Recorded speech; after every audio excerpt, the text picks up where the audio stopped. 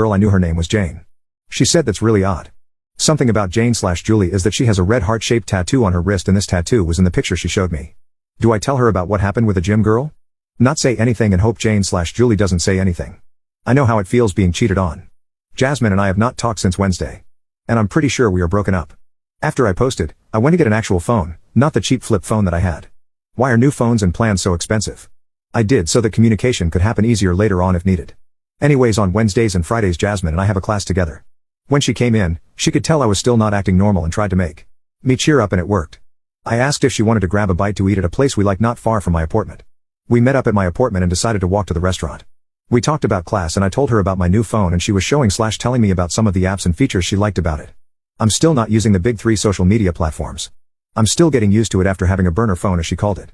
We went home after eating and started to head back to the apartment. We did not talk until we got in the door. Now my apartment is not that big, it is basically 3 rooms.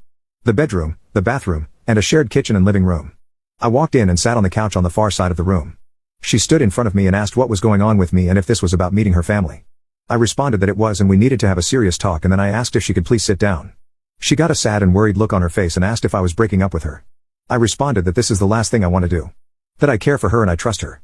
She knows that for me that is a big thing and is deeper than telling her that I love her. I asked her if she could answer a few questions honestly and please wait until after to ask questions back. She agreed.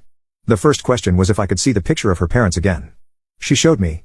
Then I asked if she had a picture of her mom's tattoo on her wrist. Which she did from the day she got it done.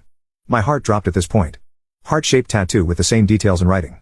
She noticed my shift at this and started to ask about it but stopped herself. I then asked if her mom goes to the gym. She responded that she thinks she did before her brother goes to school. I think at this point she was really connecting the dots. My next question was the one that confirmed that it was her mom. I asked if she had an identifiable scar describing the shape and location. It could not be easily seen. She stood up and asked how the hell I knew that. I'm not afraid to admit I started to tear up and choke up. I apologized and told her everything. How I met a woman named Jane at the gym down the block and how she helped me out. How one thing led to another. Did not go into amazing detail but got the point across and why/when it ended, and that I have not seen her since that day until that picture. She stood there and started to cry. I wanted to stand up and give her a hug but was afraid of what would happen. I tried to explain that it was nothing serious. We would just meet at the gym. No calls or text or emails. Then told her what little I know about Jane/Julie via what she told me. That she has 2 kids and her husband/father was not in the picture, and small other details. Including that I had no idea about her being currently married or the ages/genders of her kids. This is when my girlfriend, I don't know what else to call her, asked about when it started and ended. I think this was to get a more accurate timeline of events. Then she said that she needed time to think it over and ask questions. I asked if I could give her a hug and walk her to her car. She agreed, and that was the second to last time I saw her. When Friday's class came around she walked in not looking like her normal self. I stood up, made eye contact, and she shook her head and walked to the other side of the room. Not going to lie, that look broke me. I went through the motions of class, and as soon as time was up she left the room in a hurry. I talked to my professor and asked if I could finish the semester at home instead of in class. I didn't want to cause her any more problems. I made the excuse of my job sending me somewhere for an unknown amount of time, and we ended up with an agreement.